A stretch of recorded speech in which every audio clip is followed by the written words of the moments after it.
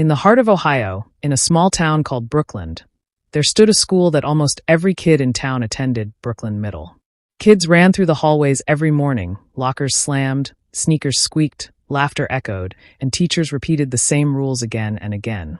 Nothing about the school was surprising, except for one boy, Ethan Cole. Ethan didn't dress like the other boys who loved expensive shoes or new clothes. He wore simple jeans, old sneakers, and shirts his mom bought from clearance racks. He didn't care much about looks. What he cared about was learning. He wasn't just smart. He was the kind of smart that made teachers smile and classmates uncomfortable. He solved problems faster than calculators. He remembered things after reading them once. He understood things many adults struggled with. But he never bragged. He never showed off. He never made fun of anyone who didn't understand as quickly. He stayed quiet. He stayed kind. But kind wasn't enough to keep him safe. Everything began in 6th grade.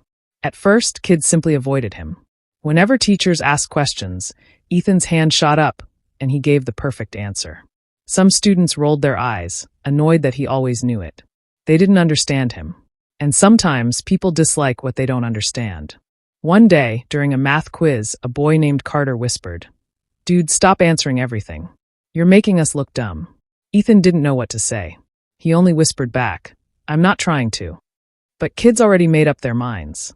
To them, he was too smart, too quiet, too different. Soon, their dislike turned into something darker. It began with small things. Kids moved their chairs away from him.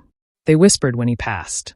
They laughed when he dropped a pencil or walked by with books hugged to his chest. Ethan kept telling himself, maybe they'll stop tomorrow. They didn't. A month later, when Ethan opened his locker, he froze. Inside was a note taped to the door. "Go be smart somewhere else." More notes followed, each one sharper than the last. Ethan ripped them down quietly every morning. He didn't tell his teachers. He didn't tell the principal. He didn't want anyone to think he was weak. But the pressure around him was growing. When 8th grade arrived, things grew crueler. A group of kids started calling him Robot. They laughed whenever he raised his hand. They knocked books out of his arms. They told him he would never fit in. But something else was happening too. Ethan started to feel afraid of his own intelligence. He stopped answering questions. He kept his eyes down.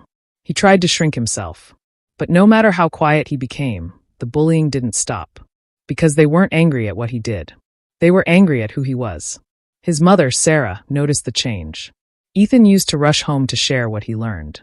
Now he came home silent, shoulders low. She asked him again and again what was wrong, but all he said was, "Nothing.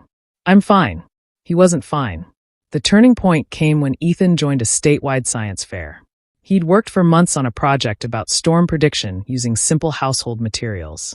It was creative, impressive, and inspired by his father, who had been a storm chaser before he passed away when Ethan was 7.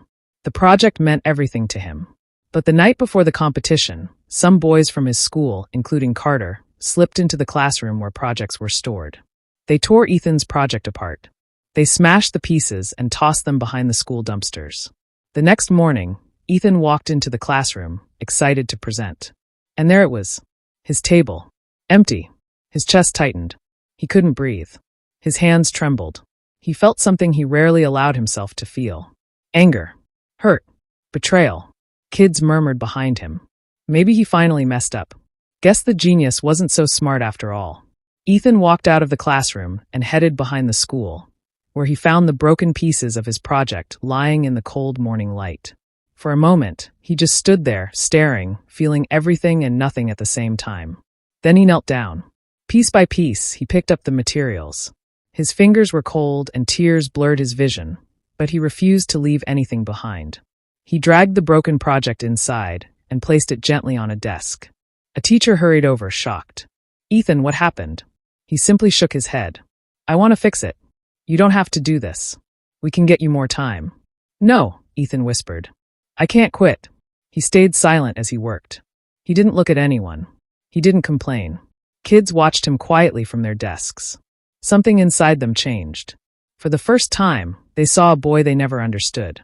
A boy who had been carrying a weight none of them knew. By the time his turn came, the project looked nothing like it had before. It had dents and cracks. Some parts were held with tape. But it worked. Ethan stepped forward. He spoke clearly, his voice steady but emotional. This project isn't perfect anymore. But rebuilding it taught me something. People can try to break your work. They can try to break you. But if you stand up again, they don't win." The entire room fell silent. The judges were moved. Teachers stared at him in disbelief. Even Carter looked away, ashamed. Ethan didn't just win the competition. He won people's respect. In ninth grade, things began to change. Kids approached him not out of pity, but curiosity. A boy named Liam asked him for help with homework. A girl named Harper sat with him at lunch. Slowly, Ethan found small pieces of friendship he'd never had before. Some kids apologized. Some didn't. But Ethan didn't hold on to anger. He had learned something deeper, that his value didn't depend on how others saw him. By senior year, Ethan was one of the most respected students in the school. He tutored younger kids. He helped teachers organize events.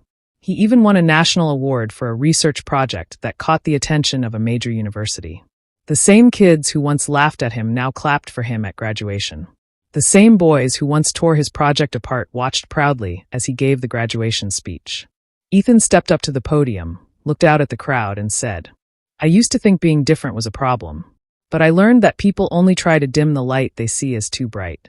Don't let anyone dim yours." His mother cried in the audience. His teacher stood. The room erupted with applause. Ethan didn't just survive Brooklyn Middle. He overcame it. And years later, when he returned to speak at the school as a successful engineer known across the country, he stood in the same hallways that once hurt him and smiled. Because everything they did to break him only built him stronger.